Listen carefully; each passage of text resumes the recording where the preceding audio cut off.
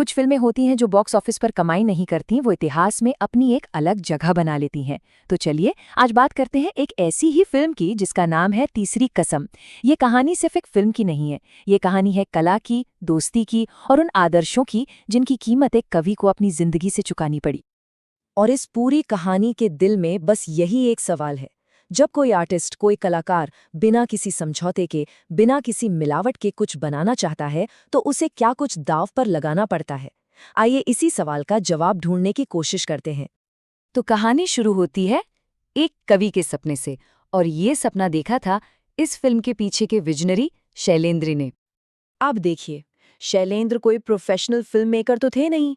वो तो एक कवि थे, एक गीतकार थे, जिनकी कलम से निकले गाने सीधे दिलों में उतर जाते थे। उनकी पहचान एक ऐसे सेंसिटिव आर्टिस्ट की थी जो शब्दों से ज्यादा भावनाओं को समझते थे। और बस यही जो उनकी सेंसिटिविटी थी ना, वही उन्हें फिल्म मेकिंग के इस जुए में खींच लाई। शैलेंद्र ने फैसला किया कि वो एक ऐसी फिल्म बनाएंगे जो मुनाफे के लिए नहीं, बल्कि एक कलात्मक सपने को पूरा करने के लिए होगी।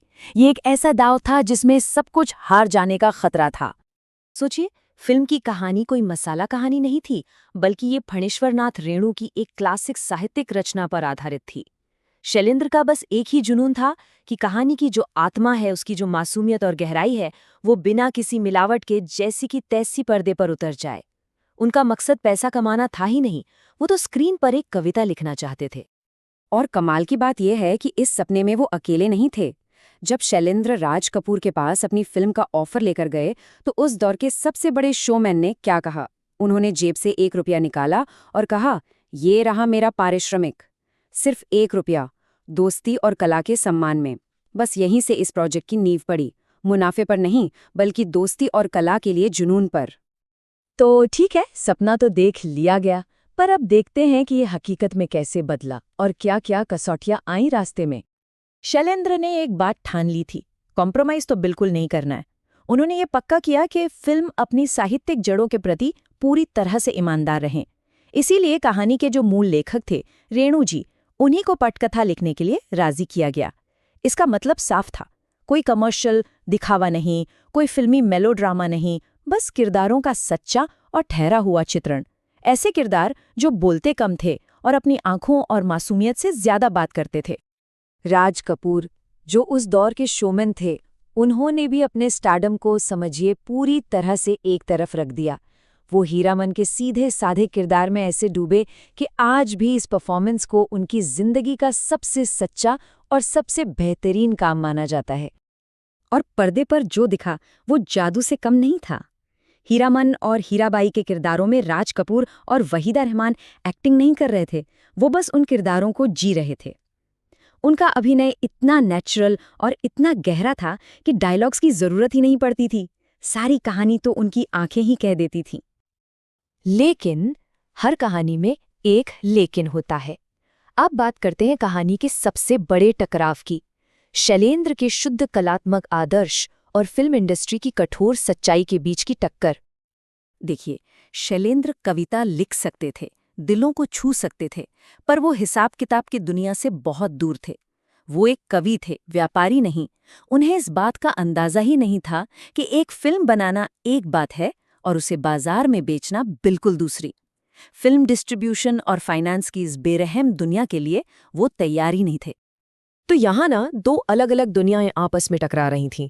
एक तरफ था शैलेंद्र का आदर्शवाद, कला की शुद्धता, कहानी की गहराई का सपना, और दूसरी तरफ थी बाजार की कड़वी हकीकत, जहां कोई डिस्ट्रीब्यूटर फिल्म को खरीदने के लिए तैयार नहीं था और पैसों का संकट हर गुजरते दिन के साथ बढ़ता जा रहा था। इस फिल्म को पर्दे तक पहुंचने में कई साल लग गए।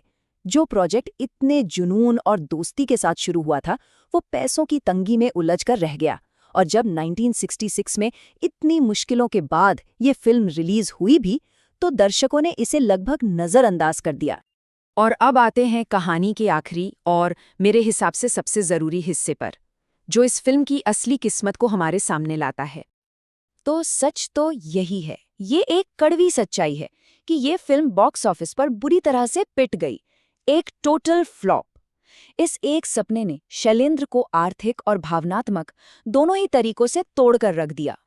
मगर कहानी यहाँ खत्म नहीं होती। जो बाजी बॉक्स ऑफिस पर हारी गई थी, वो कला की दुनिया में एक बहुत बड़ी जीत बन गई। जिस फिल्म को दर्शकों ने पसंद नहीं किया, उसे क्रिटिक्स ने सिर आंखों पर बिठाया। इसे मिला प्रेसिडेंट का गोल्ड मेडल बेस्ट फिल्म के लिए, बंगाल फिल्म जर्नलिस्ट एसोसिएशन का अवार्ड, और इतना ही नहीं, ये मॉस्को फिल्म फेस्टिवल में भारत की ऑफिशियल एंट्री बनी। देखते ही देखते ये फिल्म इंडियन सिनेमा का एक मील का पत्थर बन गई। तो इसका असली मतलब क्या हुआ?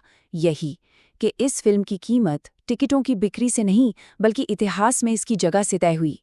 इसने सिर्फ एक कहानी नहीं सुनाई, बल्कि साबित किया कि सार्थक और सच्ची कला आखिर होती क्या है। आखिर में तीसरी कसम सिर्फ एक फिल्म नहीं रही, ये कला के लिए खड़े होने की हिम्मत की एक मिसाल बन गई। ये फिल्म हमें बार बार याद दिलाती है कि कभी-कभी सबसे बड़ी सफलताएं वो नहीं होती जो बाजार तय करता है। तो ये सवाल आज भी उतना ही जरूरी है कि किसी फिल्म की असली कामयाबी आखिर है क्या? उसके पहले वीकेंड की कमाई या इतिहास में उसकी जगह?